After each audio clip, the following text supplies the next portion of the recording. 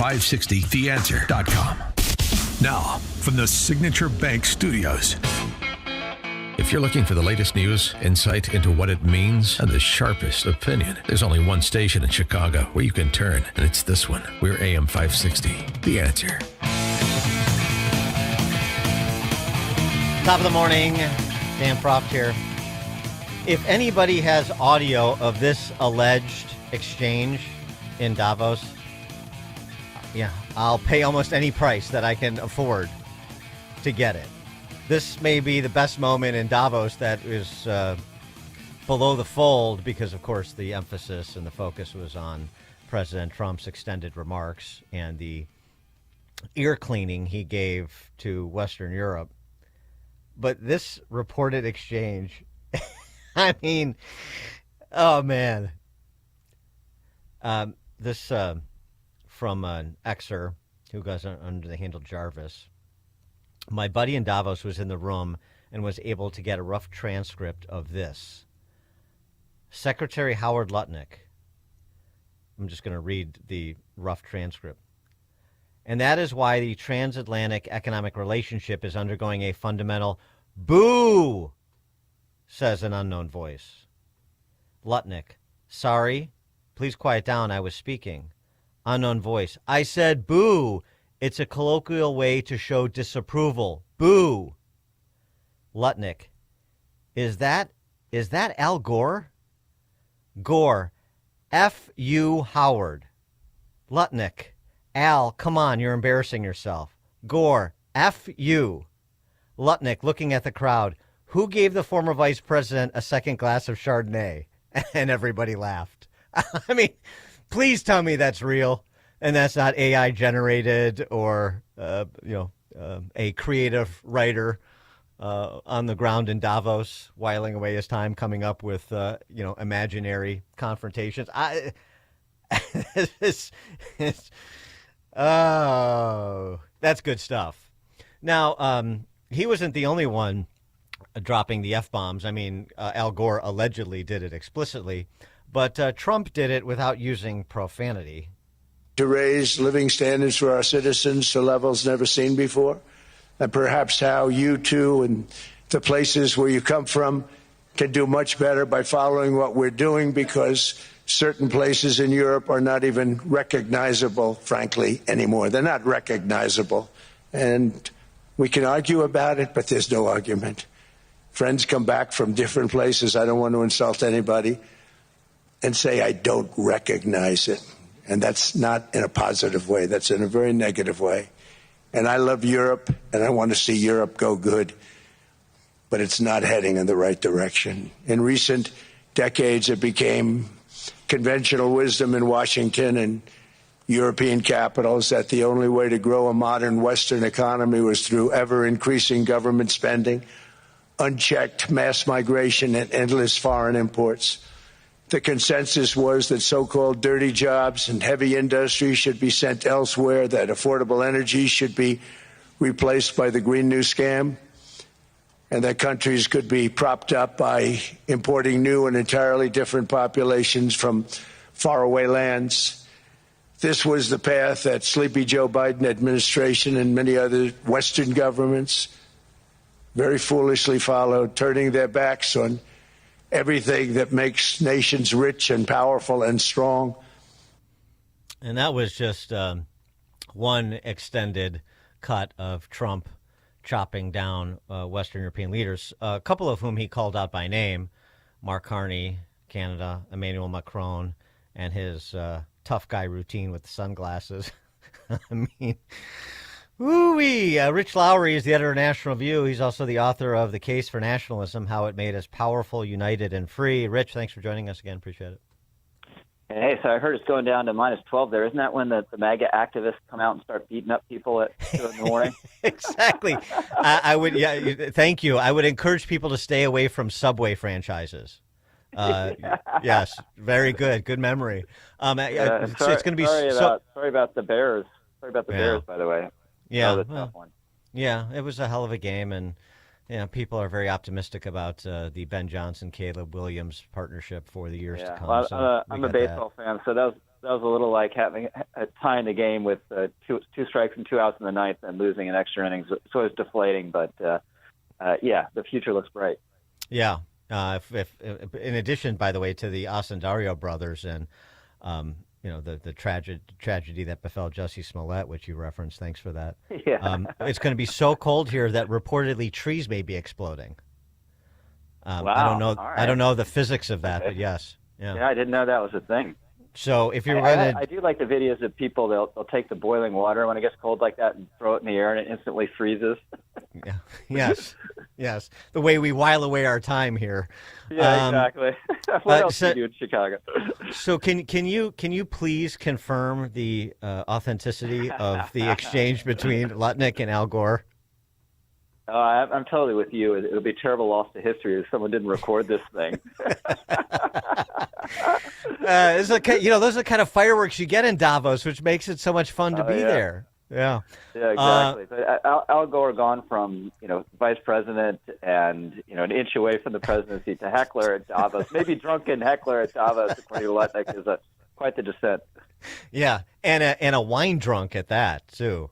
Exactly. Yeah. Chardonnay. Boy. So your reviews of Trump's review of NATO and Europe, even amidst getting the framework of a deal done so we could avoid World War III, at least that's what Claire McCaskill was worried about. Yeah, I would say a couple things. I mean, he's absolutely right about how feckless Europe is. Europe is, my former employer, Charles Krauthammer, used to say decline is a choice in the Obama years when we were worried about U.S. decline. Europe made that choice a long time ago, and there's very little chance, it seems, that they're going to stop the descent. But I think it's good to warn them. I'm not sure whether I do it as president of the United States so frontally. And then the Greenland thing, I just think it seems to me, we'll see what the deal is, that you could have gotten all of this, bases, mineral rights, behind closed doors in an amicable way. And I just fear. There's method to his madness. I don't think he would have gotten NATO to 5% spending without really banging the drum and making threats and saying, I'm out unless you guys do this. But on this one, I think he could have gotten it in an easier way. And I just fear that we're going a little too far down the path of constantly alienating our allies and yanking their chains. So, look, I'd want all of Greenland if we can get it. The deal sounds fantastic as far as I'm concerned, but I think maybe it could have gone about it a different way. Yeah, I mean, this the interesting thing about it, of course, is that what was the compromise in his head that he was already willing to accept, and perhaps it's if this is if the reporting is accurate, sovereignty over military bases in Greenland, the way that Britain holds land in some land in Cyprus, yep. But the other thing too is maybe he and I don't want to sort of just imagine scenarios, but I mean, this is plausible, and he's not the only strategic thinker in the administration. Maybe he did want to drive Greenland to a closer alliance with Denmark and Western Europe to get their dander up, to be more attentive to, Denmark in particular, to their territory, and NATO more attentive to holding up their end of the bargain here when it comes to national security or international security in the West, international peace, and keeping Russia and China out of the Western Hemisphere, which is also reportedly the commitment that was made as the singular objective here. Yeah, it may be. Look, oftentimes, right, he asks for a 10, aiming to get a 6, and he gets the 6. But here, I think, in my view, look, I'm not in his private meetings, he probably could have gotten a 5 without setting everyone's hair on fire. And I don't know what the delta, how important that delta is between 5 and 6. It's probably sovereignty of bases. If he just asked for sovereignty of bases, probably wouldn't have gotten it. But he could have gotten, we had 17, the war or whatever it is, and then we went down to 1. So I think it's unlikely that if we just asked, hey, we want to go back up to 17, they would have said no. Anyway, so I just don't like setting everyone's hair on fire unnecessarily, constantly. Like every now and then, but not constantly. Yeah, I mean, I could say, there's two sides. There's two ways to look at this, right? Like Mark Carney doing a 180 on Canada's relationship with China. You say, well, look, this is why Trump is talking about Greenland, is because you have feckless politicians like Mark Carney who are saying one thing when they're campaigning for PM and then doing another when they become PM. And the flip side of that argument is to say, well, if there was a better relationship between the U.S. and Canada and less saber rattling and exchanging of tariff barriers, increasing of tariff barriers, then maybe Mark Carney wouldn't be feeling the need to, bring China into his orbit. Yeah, so that's the one that I think that alienating Canada was totally unnecessary. Carney wouldn't have won the election if Trump didn't talk about annexing Canada. And it was different than Greenland because we want Greenland, and it's possible to at least get more of Greenland and maybe eventually have Greenland. But we're not going to annex Canada, so don't talk about it. We talked about it. This idiot gets elected.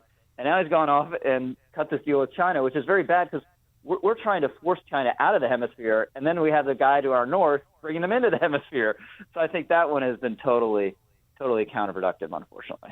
Yeah, I tend to agree with you there.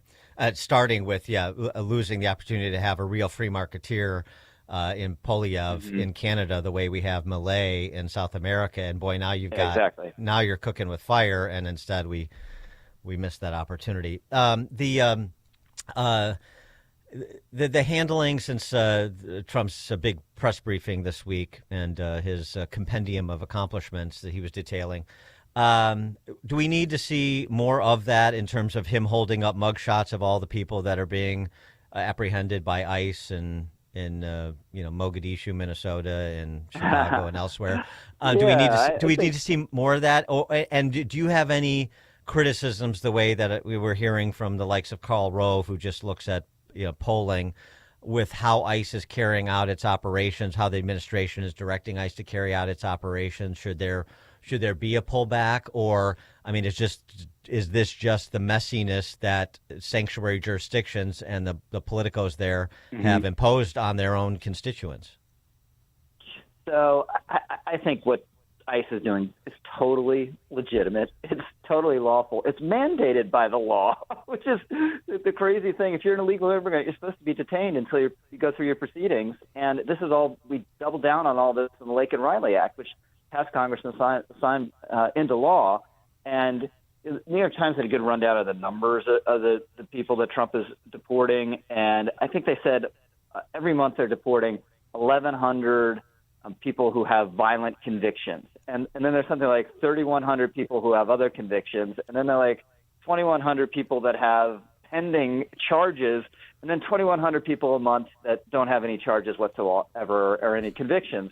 So there are two ways to look at that. One, like, it's only 10% are violent felons. Okay, fine. But 80% of them have some sort of other criminal charge. Yes. It's usually DUI or domestic violence. So we really want to keep those people in the United States. Why? And then a huge chunk of the people who don't have violent convictions have final orders of removal. So you also should go after them. They've gone through the whole process. A judge just said no, and leave, and they have it. We want those people to stay. So I think what ICE is doing is totally legitimate. It's being resisted in a shameful, disgraceful way that does call on either more federal law enforcement or National Guard or maybe active duty military eventually. But I do think the politics, we just got to admit, people don't like it so much. These guys in the vests, armored vests, pulling people who look like they're innocent no matter what they've done, and the pushing around the protesters, which most of the time, as far as I can tell, is justified because they're trying to breach perimeters, and de-arrest people. But it doesn't play so well. So my advice would be keep doing this. This has to be part of it, but also do employer enforcement. Go to the meatpacking plant where 80% of the people are illegal immigrants and arrest the CFO. Frog march him out there, the white guy with his glasses who's profiting from this, or is one of the people profiting from this, to make the point that we're not just after the guys hanging out in the Home Depot parking lot. We're also after the employers who are benefiting from this, and that's wrong, and that has to stop. But they've been very reluctant to do that. Yeah, I agree with that. I mean, but the other thing though too, just back to the mug shots he was holding up. I mean, you've got all these super PACs with all kinds of cash, and they can raise more. It seems to me that the airwaves should be blanketed with all the, you can go to the Homeland Security, DHS.gov/wow, worst of the worst, to see a lot of those who have been apprehended. But just a running almost ticker like a COVID ticker from back in the day with pictures and thumbnail sketches and say, should this guy stay? Should this guy stay? Should this guy stay? You want him in your neighborhood? Yeah. Well, this is what we're doing, removing guys like this from your neighborhood. So if you don't want us to do this, then raise your hand. If you do, then this is how it's got to be because of the politicians you chose to run Illinois, Chicago, Minneapolis, Portland, Maine, and so forth.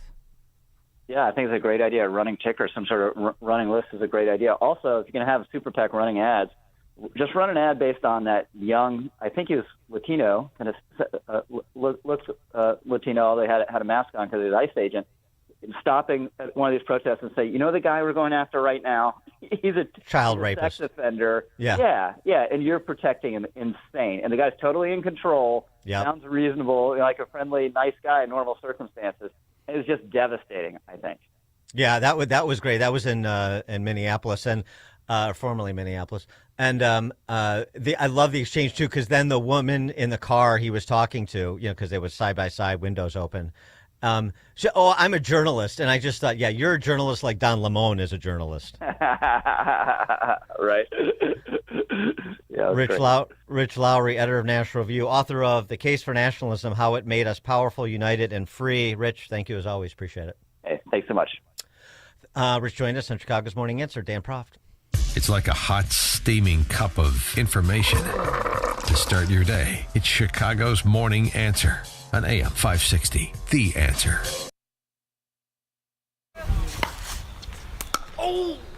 If you're over 65 and struggling with knee pain, Joint Relief Institute offers a guaranteed way to treat it. It's non-surgical and often covered by Medicare and private insurance.